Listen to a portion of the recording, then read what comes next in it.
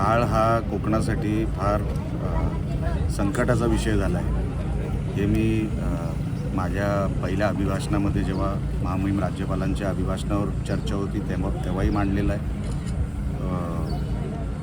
आणि इतर वेळेलाही जेव्हा बजेट सेशन होतं त्या बजेटमध्ये पण तरतूद मिळावी याच्यासाठी मांडला होता. जानेवारीमध्ये सिंधुदुर्ग जिल्ह्याचे पालकमंत्री नितेश राणे यांनी मीटिंग बोलवली या विषयासंदर्भात आणि त्या मीटिंगमध्ये ठरलं की जे क्रिटिकल स्पॉट आहेत त्या स्पॉटवर आपल्याला पहिलं काम करणं गरजेचं आहे. त्याच्यासाठी नाम फाउंडेशन पुढे आली. स्थानिक प्रशासनाने त्यांच्याबरोबर काही ॲग्रीमेंट केलं आहे आणि नाम फाउंडेशन आणि सरकार मिळून प्रशासन मिळून आता हे काम हाती घेतलं आहे. रॉयल्टी फ्री काम आहे, म्हणजे असं काय नाही की सरकारला ह्याच्यातून काहीतरी कमवण्यासाठी एक नवीन साधन तयार केलं असं काय नाही. रॉयल्टी फ्री आपण इथे काम सुरू केलेलं आहे. 10 लोकेशन आपण काढलेलं, पण 10 लोकेशन आपल्याला थांबता येणार नाही. आपल्याला जवळपास मी माझ्या मनोगतामध्ये जसं सांगितलं 95 किलोमीटरचा जर आपण ज्या ज्या गावांमध्ये ही कर्ली नदी वाहते इकडचा जर आपण संरक्षण भिंत आणि गाळ काढण्याचा विषय हाती घेतला तर जिल्ह्याचा मोठ्या प्रमाणामध्ये हा विषय मार्गी लागू शकतो आणि त्या अनुषंगाने आम्ही पावलं टाकतो आहे.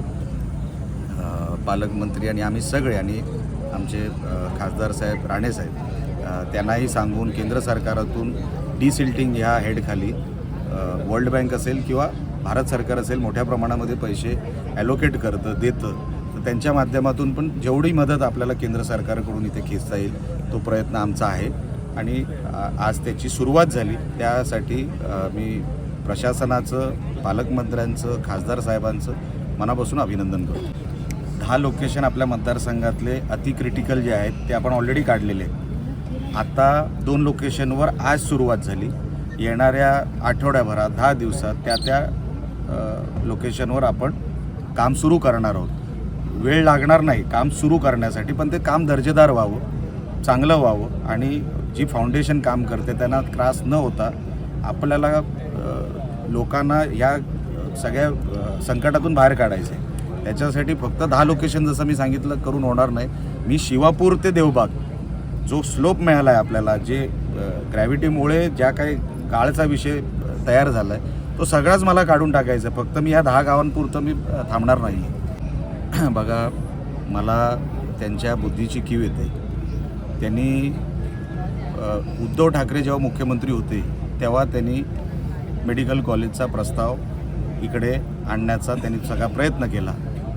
तयारी नव्हती, काही नव्हतं, इन्फ्रास्ट्रक्चर नव्हतं. आज ती मुलं कशी शिकतील, राहतील कुठे, खातील कुठे, कॅन्टीन आहे का, राहण्याची सोय आहे का, काही न बघता फक्त राणेंना टार्गेट करण्यासाठी तुम्ही ते मेडिकल कॉलेज तेव्हा तिथे उघडलं. त्यानंतर पालकमंत्री होते मला असं वाटतं रवींद्र चव्हाण आणि आता नितेश राणे, या दोन्ही पालकमंत्र्यांनी त्या वेळेला मेडिकल कॉलेजला दर्जा आणण्यासाठी सातत्याने मीटिंग घेतल्या. आम्ही स्वतः हसन मुश्रीफ साहेब जे आता त्या खात्याचे मंत्री आहेत त्यांच्या विभागामध्ये जाऊन आम्ही मीटिंग घेतली त्यांच्या अध्यक्षतेखाली की ते चांगलं कसं आहे, विद्यार्थ्यांचं आयुष्य आपल्याला खराब करायचं नाही. अशी एकतरी मीटिंग या लोकांनी घेतली का? ह्यांचं काय कॉन्ट्रीब्युशन आहे का मेडिकल कॉलेजला चांगलं करण्यासाठी? अहो, तुम्ही कधी खासदार फंड दिला नाही त्या विषयासाठी, कधी आमदार फंड वापरला नाही त्या विषयासाठी, तुम्हाला नैतिक अधिकार काय? आम्ही जे जोडायचं ते जोडतो आहे. आणि मी जसं म्हटलं त्यांना, मला त्यांच्या बुद्धीची कीव येते ह्याच्यासाठी की एवढं लक्षात ठेवा, ह्या जिल्ह्यात अजून 50 मेडिकल कॉलेज आले ना तरी ॲडमिशन फुल होतील. लक्षात ठेवा, त्यांना अजून माहीत नाही, कारण का शिक्षणाचा प्रॉब्लेम आहे ना, त्यांना माहीतच नाही. 50 अजून आले तरी ॲडमिशन फुल होतील. ही परिस्थिती आपल्या देशाची आहे. आपण 135 कोटीच्या देशात राहतो. सेंट्रलाइज ॲडमिशन आहे. कोणीतरी शिकवा त्यांना. आम्ही शिकून थकलो, तुम्ही तरी शिकवा पत्रकार म्हणून. सर, लोकसभेमध्ये वक्फ बोर्ड विधेयक जे आहे त्याच्या दुरुस्ती संदर्भात काल लोकसभेने मंजुरी दिली आहे, आज राज्यसभेत मांडलं जाते, पण मात्र यामध्ये पाहायला मिळते उबाटाचे जे काही खासदार आहेत ते त्याला विरोध करताना दिसतात. नाही, उबाटा हा पूर्ण पक्षच दुःखात आहे. वक्फ बोर्डची जमीन ही आता लिगलाइज झाली, त्याच्यामध्ये लीगल फॉर्मॅट आला. हे उबाटाला ते पचतच नाही आहे. म्हणून त्यांनी काही खासदारांनी नाही, ते म्हणतात ना, बाप मेल्यासारखी परिस्थिती झाली आहे उबाटाची. वक्फ बोर्डचा नवीन कायदा आल्यानंतर त्यांच्याकडून तीच अपेक्षा आहे. तुम्ही एका समाजाचं, एका धर्माचं तुम्ही लांगूल चालन करा, पण हा देश कायद्याने चालतो, संविधानाने चालतो आणि तो संविधानानेच चालणार.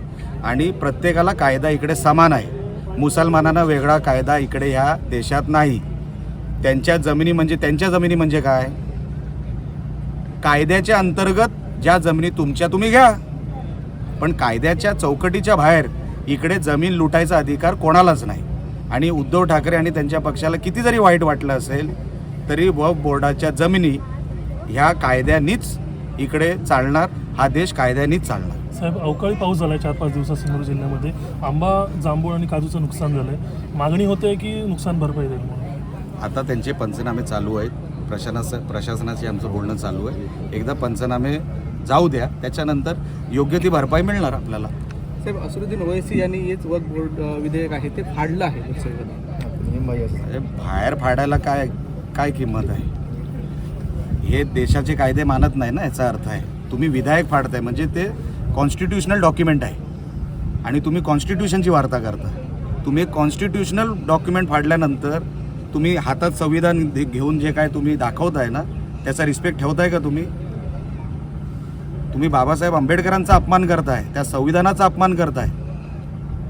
विधायक फाडणं म्हणजे काय? तुम्ही एक हे फाडताय, कॉन्स्टिट्यूशनचं एक डॉक्युमेंट फाडताय. हेच तर चाललंय.